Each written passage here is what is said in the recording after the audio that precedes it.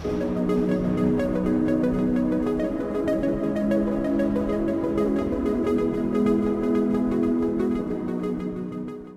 everybody and welcome to the UAE desert. We are here today because we're gonna be trying to take some pictures of the comet, if we can see it, and we unfortunately didn't manage to catch the sunset, and I'm a bit out of breath because I was carrying my photography bag up the dune. So the sunset has happened about maybe 5 minutes ago, but the sky is still pretty, and the comet is apparently going to be visible from about 6:30 until 7:30 according to the news. So we will see what the situation. As you can see, there's some clouds over there, and it's supposedly in the direction of the sunset. So we're gonna be using the application in my phone to see where it exactly is. Last time that we were in a similar situation with a comet, we just couldn't see it. We spent like 3 hours in the desert looking for the comet, and I only saw it once I came home and looked at the picture. So potentially the situation could be the same. But anyway, let's have fun. I have with me my tripod, the camera with a bunch of lenses, and let's just set up and see how it goes. Here's a dying sunset. There we have the ratatatata from the Emiratis, who were just here showing off with the falcons. Here we have our equipment, the Canon 5D. Oh no, the Canon R5, not 5D. We don't have 5D. We have 24-70. Here we have 70 to 200. Here we have the 85 millimeters, and we have 15 to 35 as well. Potentially can still take a picture of the sunset. Why not?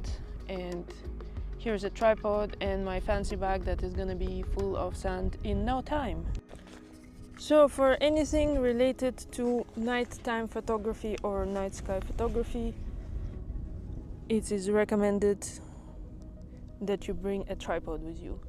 The tripod will help you to shoot longer exposures, but you have to keep in mind that the sky is rotating and everything is gonna be moving as well. So if you use too much of a long lens, you have to shorten your exposure. So you have to crank up the ISO or shoot wide angle lenses, then you can shoot for longer. But the wide angle lenses are usually only limited number of them has the aperture to catch all the beautiful stars, so it's quite a struggle. Generally, I would say maybe it's not the best idea to bring the whole bag with you to the desert and have it full of sand, because as you can see, it's starting to be a bit windy. It's always windy here at this time, and the sand is gonna accumulate in the bag and in your equipment. But what to do? The best is if you can just put everything in separate bags and just make sure that they are well insulated, or just, you know, get yourself a Dyson and the cleaning kit and clean and deal with sand afterwards. Alright, so before it gets too dark, let's check the application and see what is the situation with this comet. So the application is called the Sky Guide. Here we have the search, and we can find what we're looking for, and then we can see where exactly it's gonna be. So that is allegedly going to be somewhere out there. So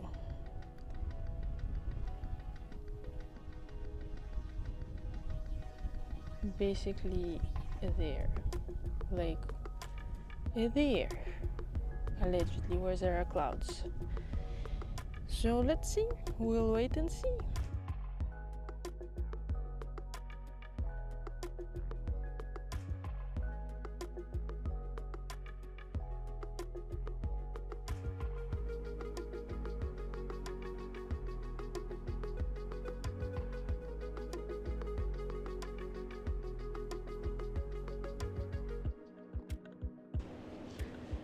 Hello and welcome back to a more civilized place. Well, not so civilized, as you can see. I'm being disturbed by my furry friend once again.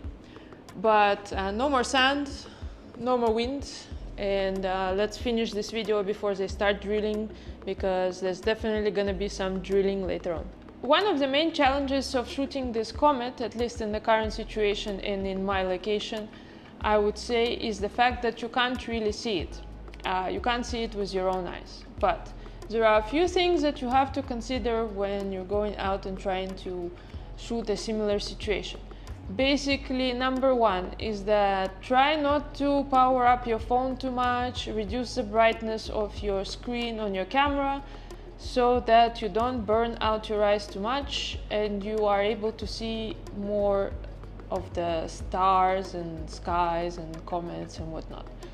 But the fact that the comet is coming up from 6:30 until 7:30, at 6:30 it's not totally dark, there's still this afterglow from the sunset, and it's definitely not helping trying to locate it because the sky is quite bright still. But it is happening, at least in this region, according to the news, until 30th of October, so you still have a chance to go and shoot it. You cannot see it with your eyes if you're not in a too dark location, and there's very few locations which are properly dark in here. There's always some like road lights or city lights or I don't know, village lights or whatnot. So to be able to find it, basically the best idea would be to take a picture of the sky in the area where the sunset was, and then you will see that Venus is coming up. So take a sort of a wide angle photo and then just zoom in on your screen to locate the comet if you can find it. If not, just shoot a bit left and shoot a bit right, and basically you will see that there is a bright star like somewhere just above the horizon, and then the comet will be somewhere on this side and a bit higher, and then as the Earth rotates it will start going down like this. So once you have taken that wide angle picture and you managed hopefully to locate the comet, then you can start taking pictures a little bit more zoomed in. And if you want to take a picture of the comet itself, then you will try to locate it with your telephoto lens, which is not an easy task, but once you kind of know where it is, you can sort of find it. It's not easy. So I don't know if you need any advice about the settings, but basically they say that you have to take the widest aperture that you have. So if you have 2.8 or 1.8 or 1.2 or something like this, that would be a good starting point. Then your ISO, you will probably have to go a bit on a higher end, like 800, 1600 or even 3200 if you happen to have a dark place and you don't have the moon that illuminates everything as well. And then the shutter speed, basically every lens, length of the lens, or like a length of a focal point, take 500 and then divide it by the focal length of your lens, and then it will give you the number of seconds that you can expose without stars starting to move too much. So basically, if you have like a 500 millimeter lens, then you can only expose for 1 second. But if you have like a shorter lens, then let's say if you have 200 millimeters, then you can expose for 2 seconds, a little bit more. But it doesn't always work perfectly. You still have to zoom in and see what the star situation is like. Yeah, and if you have a crop sensor, they say that the numbers that you have to divide is 600. But it's like a trial and error situation. to find the perfect settings, because there's no perfect settings for every situation. Every situation in lighting is different, and because this whole thing is happening quite close to the sunset, there might be still a lot of light. Then another thing, why did I go to the desert? Well, first of all, it's a place that is relatively dark, because in the city you won't be able to see anything like this due to like the overwhelming lighting situation. And secondly, I wanted to take a landscape picture including some dunes, so it would be nice to see like the night sky and the comet and some dunes and some desert vegetation. But the comet actually is quite small in size if you take a picture with a wider angle lens. Even like 50 millimeters just includes a little bit of foreground already. Still quite, you know, the comet is quite small, and if you're planning to take pictures for social media, probably you won't see much, and this comet will be very small. So the photo of the comet itself, like I didn't take my 600 millimeter lens because it's a pain to shoot with, and it has f11 set aperture, so it's ideal for like astrophotography.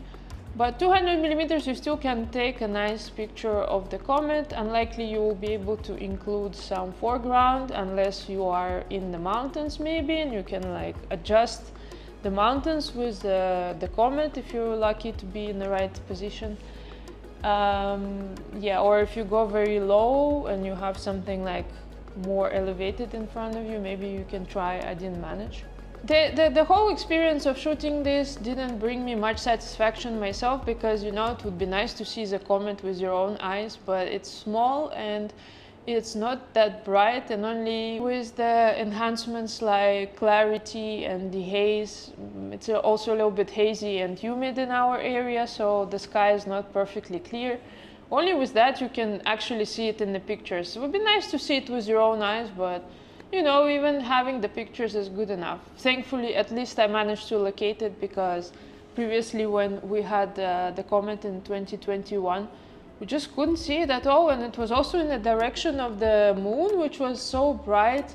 And we also were in a location where the comet was rising with city lights in the background, so it was just so bright and you just couldn't see anything. It's just like devastating when you spend 3 hours like just staring at the skies and just not seeing anything. So yeah, if you're interested to go and try it for yourself, take some wide aperture lens, take a tripod with you, take a few lenses so that you can try. Hopefully you live in some location where it's not gonna all be covered in sand and dust. And yeah, don't forget to have fun and share your images and your experience with me as well. And take care. I'll see you soon.